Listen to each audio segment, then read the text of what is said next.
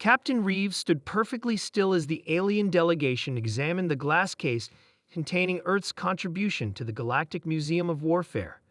The human representative's spine was ramrod straight, her weathered face betraying no emotion as the six-limbed Vorax ambassador clicked his mandibles in what she had come to recognize as their species' version of derision. This primitive chemical propellant weapon is what humans consider worthy of display. Ambassador Krill's translator device conveyed, its metallic voice failing to fully capture the condescension in his native clicks and whistles. Most species submit their most advanced pre-contact weaponry. Reeves' eyes remained fixed on the antique revolver. The Colt's single-action army from 1873 gleamed under the museum's harsh lighting, its worn wooden grip and blued steel barrel telling stories of Earth's frontier days. The Galactic Council requested historically significant weapons, she replied evenly. This revolver shaped a continent and became cultural shorthand for an entire era of human development.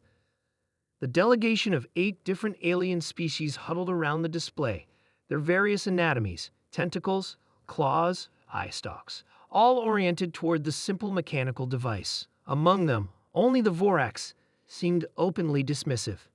Such a quaint mechanism, purred Admiral Thex, the feline meridian representative. Gunpowder, a firing pin, and soft metal projectiles. My ancestors were developing plasma containment fields when yours invented this. Lieutenant Dawson, standing at Reeves' side, shifted uncomfortably. Being the junior officer on this diplomatic mission had been challenging enough, without watching their species' contribution become the laughingstock of the galactic community. Perhaps we should proceed to the next exhibit, suggested the museum curator, a gelatinous being whose translucent body rippled with bioluminescent patterns. The Teldari phase shift disruptors are quite. I wish to see it function, interrupted Ambassador Krill, all 4 of his eyes fixed on Reeve. Is it operational? The museum fell silent. Even in this peaceful era, 5 centuries after Earth had joined the Galactic Council, the request violated diplomatic protocol. Weapons in the museum were meant to be observed, not demonstrated. I'm afraid that would be impossible, the curator began. Actually, Reeves said, her voice cutting through the tension, we anticipated this request. She nodded to Dawson, who produced a small case from his uniform pocket. With the curator's permission, we've brought period-appropriate ammunition. The curator's body flashed with patterns that suggested concern, but ultimately acquiesced with a rippling bow. Within minutes, the delegation had moved to the museum's subterranean testing range, a heavily shielded chamber designed for the rare authorized demonstration of historical weapons.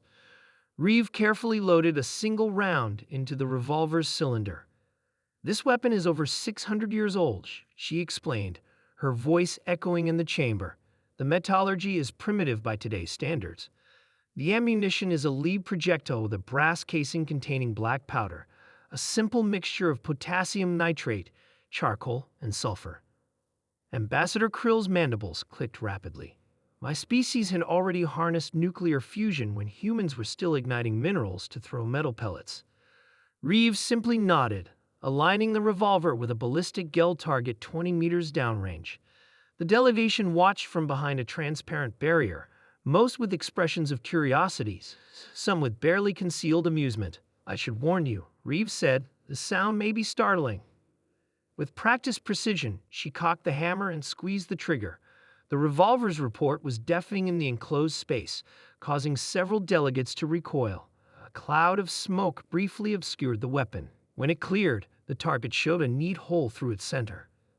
Impressive accuracy for such a rudimentary device, admitted Admiral Thex, whiskers twitching. Ambassador Krill, however, remained unimpressed. A primitive kinetic weapon. Our historical archives indicate that even at the time of its creation, more advanced human weapons existed. Why choose this unremarkable example? Reeve carefully placed the revolver back in its case. Because, Ambassador, this weapon represents something fundamental about humanity that the Galactic Council still struggles to understand. And what might that be? Grill's translator somehow managed to convey his sneer. Humans never needed the most advanced technology to change our world or yours. Dawson interjected, surprising even Reeve with his boldness. We've always made the most of what we had. The ambassador's posture shifted to one of unmistakable challenge. Your species was burning fossil fuels when mine was harnessing stellar energy. Your primitive revolver is nothing compared to what even the least advanced council species had developed at comparable stages. Then perhaps a second demonstration is in order, Reeve suggested calmly. The curator began to object, but Reeve had already retrieved the weapon and was loading all 6 chambers. This time she handed it to Dawson.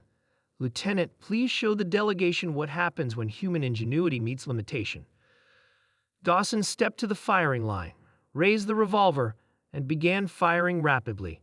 Each shot was placed with remarkable precision, creating a perfect pattern on the target. The speed and accuracy silenced even Ambassador Krill. After the 6th shot, Dawson lowered the smoking weapon and turned to face the delegation. 6 shots in under 3 seconds, each striking within a 2-centimeter grouping. No targeting computer, no energy beam, just human hands and eyes working with a mechanical device from our frontier era. For the first time, the Vorax ambassador's mandibles were still. Other delegates murmured appreciatively. "You see," Reeve explained, "when humans encountered problems, we didn't wait for perfect technology. We mastered what we had. That revolver helped us unite a continent. Similar weapons helped us survive until we could reach the stars and need all of you." As they exited the testing range, Admiral Thex fell into step beside Reeve. "A subtle lesson in not underestimating humans," the Meridian purred. "Your species continues to surprise us." Reeve smiled slightly. "That's what we do best, Admiral. Just when you think you got us figured out, you explode our preconceptions." Thex finished, with what might have been respect in those alien eyes. Behind them, Ambassador Krill silently observed the simple revolver being returned to its display case, his earlier derision replaced by thoughtful contemplation.